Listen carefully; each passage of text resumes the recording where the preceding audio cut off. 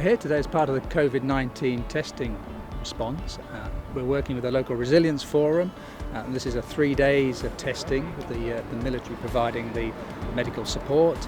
We've made Easthampstead House car park available for those 3 days, and this is a facility that's available for anyone who signs on online to be tested as part of the COVID-19 response.